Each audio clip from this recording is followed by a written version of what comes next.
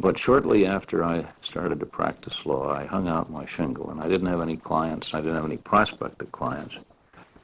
But a young couple came to me from Eichler, and they had bought a home in the Greenmeadow tract, and they were, I won't say outraged, but terribly disappointed when after the 243rd home was sold by the Eichler empire, because it was an empire. He built half the houses in South Palo Alto, I think, in various parts of time, and Palo Alto was spreading out towards Mountain View, which was a sort of a cherry orchard town, and was really a cannery town. Mountain View and Sunnyvale started as rural, built around the orchards of what was then the lovely Santa Clara Valley.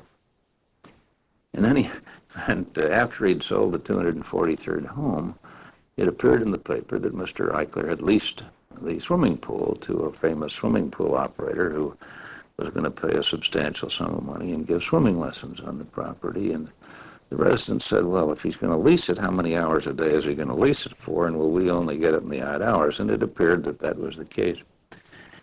So they hired me, and I think I charged $5 per head.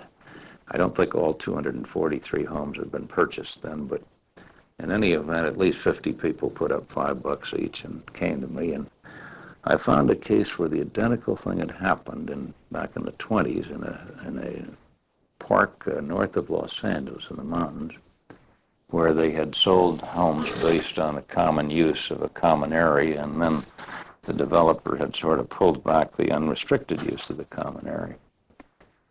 And these Greenmeadow folks, there were about 10 driving forces. Two of them later went to the city council of Palo Alto. One became mayor. John Burwald, Chris Swang, who was a famous eye doctor, developed the laser beam surgery later. But these were all young couples. They all had 3 or 4 kids, and they wanted to use that swimming pool more hours than Mr. Eichler had allowed after he announced his lease. And I told them, I said, well, you got 14 couples, but the first name, the case is always going to be known as Jones versus Eichler or Burwald versus Eichler, and none of them wanted to have their name in the lawsuit, and I've never been in the lawsuit. And I prepared this complaint alleging that they had a right to use that swimming pool. And they drew straws, and the guy that lost was a brassiere salesman. I think it was Jim Farr, name like that, Farr or Farquhar. So the case was Farr versus Eichler. And the guy said, but you know, we kind of like old Joe Eichler. He's built these great homes. We love these homes. Let's see if we can talk him out of having to sue him.